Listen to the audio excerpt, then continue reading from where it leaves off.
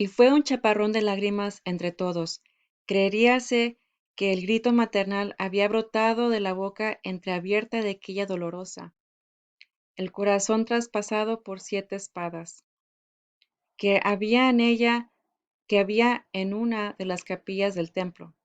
Luego, Blasillo el tonto iba repitiendo en tono patético por las callejas y como en eco, el Dios mío, ¿por qué me has abandonado? Y de tal manera que al oírselo se le saltaban a todos las lágrimas, con gran regocijo del bobo por su triunfo imitativo.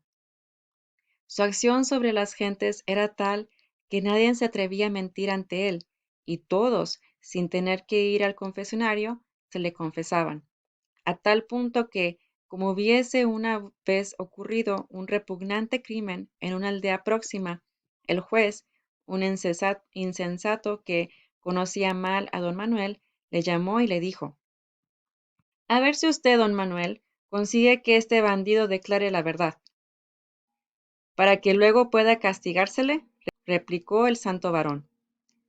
No, señor juez, no. Yo no saco a nadie una verdad que le lleve acaso a la muerte, allá entre él y Dios. La justicia humana no me concierne. No juzguéis para no ser juzgados, dijo nuestro Señor. Aquí tenemos una metáfora. La dolorosa y el corazón traspasado por 7 espadas se refiere al dolor de María por la muerte de Jesús. De esta manera compara el grito de la madre de don Manuel con la de María. Después, Blasillo repetía la frase, Dios mío, ¿por qué me has abandonado? De nuevo, esto es intertextualidad. Esto es una personificación y también un hipérbole, porque a todos se conmovían porque Blasillo al fin pudo hablar. También dice, no juzguéis para no ser juzgados. Esto es un poliptotón porque tiene juzguéis y juzgados, tienen la misma raíz.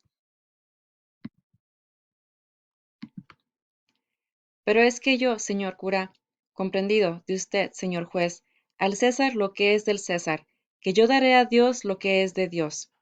Y al salir, mirando fijamente al presunto reo, le dijo, mira bien si Dios te ha perdonado, que es lo único que importa.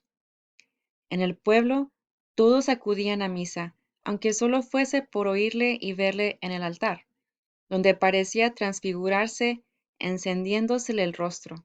Había un santo ejercicio que introdujo en el culto popular, y es que, reuniendo en el templo a todo el pueblo, hombres y mujeres, viejos y niños, unas 1000 personas, recitábamos al unísono, en una sola voz, el credo. Creo en Dios, Padre Todopoderoso, Creador del cielo y de la tierra. Y lo que le sigue.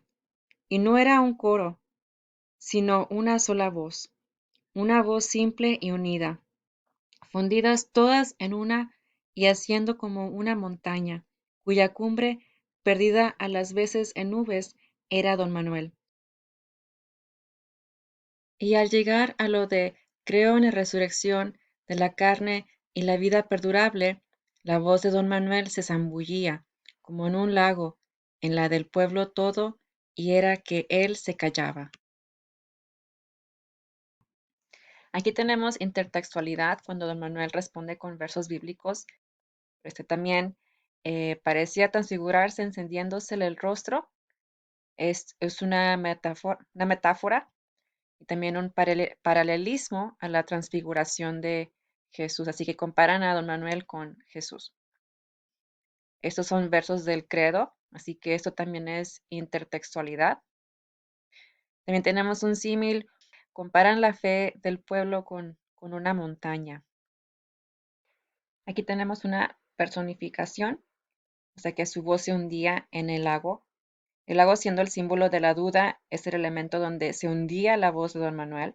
En otras palabras, don Manuel dudaba de la resurrección y la vida perdurable.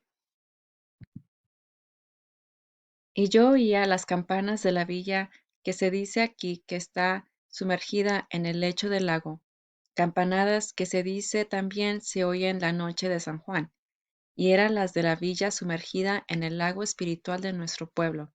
Oía la voz de nuestros muertos que en nosotros resucitaban en la comunión de los santos. Después, al llegar a conocer el secreto de nuestro santo, he comprendido que era como si una caravana en marcha por el desierto, desfallecido el caudillo al acercarse al término de su carrera, le tomaran en hombros los suyos para meter su cuerpo sin vida en la tierra de promisión. Los más no querían morirse sino cogidos de su mano como de un ancla. Jamás en sus sermones se ponía a declamar contra impios, masones, liberales o herejes. ¿Para qué? Si no lo sabía en la aldea. Ni menos contra la mala prensa. En cambio, uno de los más frecuentes temas de sus sermones era contra la mala lengua, porque él lo disculpaba todo y a todos disculpaba. No quería creer en la mala intención de nadie. La envidia, gustaba repetir, la mantienen los que se empeñan en creerse envidiados. Y las más de las persecuciones son efecto más de la manía persecutoria que no de la perseguidora. Ángela escuchaba las campanadas que se decía que estaban en el fondo del lago, el lago representando la duda. Esto es una metáfora. Ángela también menciona que llegó a conocer el secreto de don Manuel. Era como si una caravana en marcha por el desierto. Este es un símil, o sea que por mucho tiempo don Manuel ha cargado su secreto y sufrido por él como si fuera un recorrido muy, muy largo y pesado. También tenemos una metáfora, compara a don Manuel con un caudillo, o sea, un líder que está a punto de llegar al final de su vida para ser llevado a la tierra de promisión, o sea, la tierra prometida para los judíos en el Viejo Testamento. Tenemos enumeración, sináctoque, mala lengua, otra forma de decir chisme, retruécano.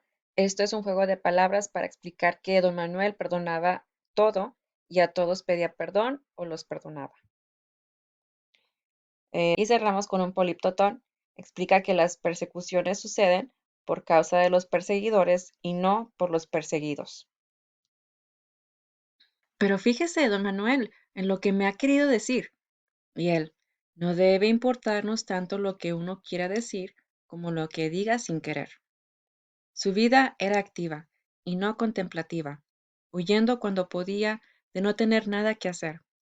Cuando oía eso de que la ociosidad es la madre de todos los vicios, contestaba, y el peor de todos, que es el pensar ocioso. Y como yo le preguntara una vez qué es lo que con eso quería decir, me contestó, pensar ocioso es pensar para no hacer nada o pensar demasiado en lo que se ha hecho y no en lo que hay que hacer. A lo hecho pecho. Y a otra cosa, que no hay peor que remordimiento sin enmienda. Hacer, hacer.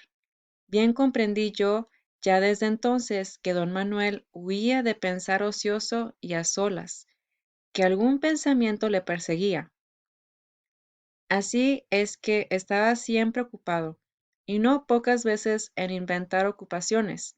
Escribía muy poco para sí, de tal modo que apenas nos ha dejado escritos o notas.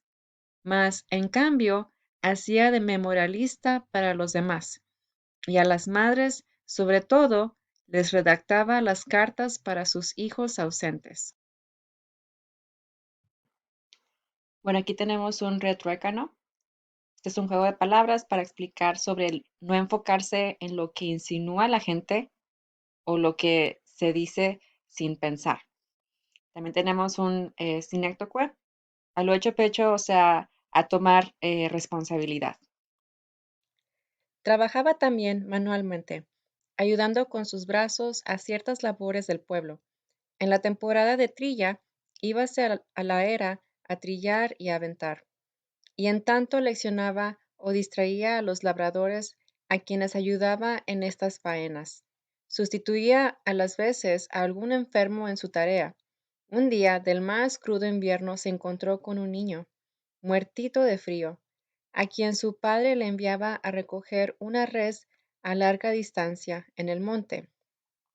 Mira, le dijo al niño, vuélvete a casa a calentarte y dile a tu padre que yo voy a hacer el encargo.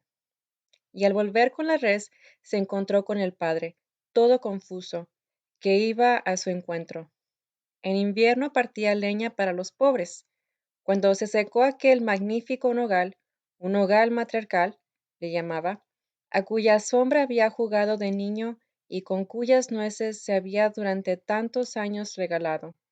Pidió el tronco, se lo llevó a su casa y después de labrar en él 6 tablas que guardaba al pie de su lecho, hizo del resto leña para calentar a los pobres.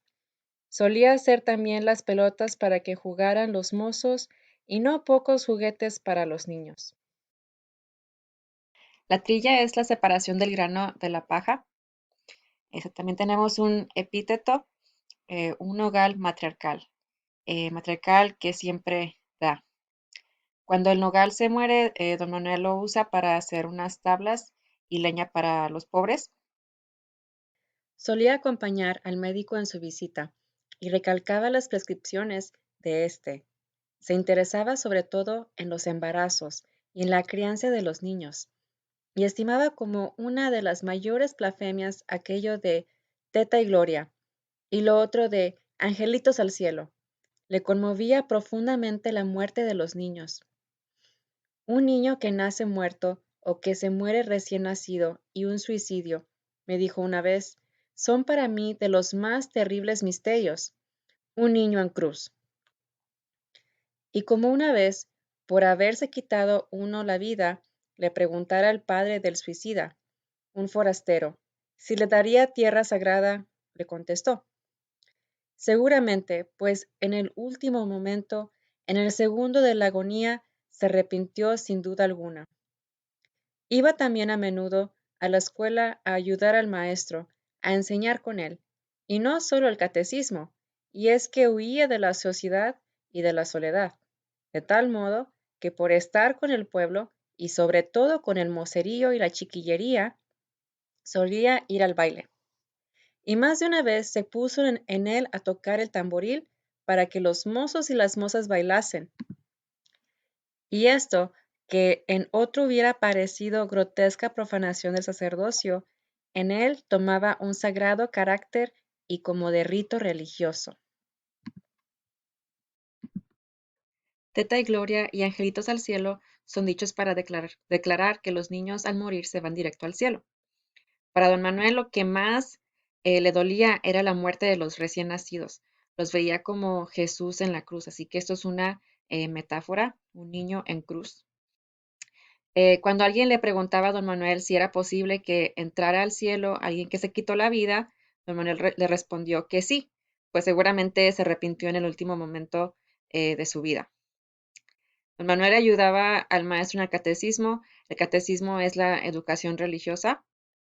Y pasaba tanto tiempo con los jóvenes que también se iba a los bailes y tocaba el tamborín de una forma que en lugar de escandalizar parecía un acto religioso.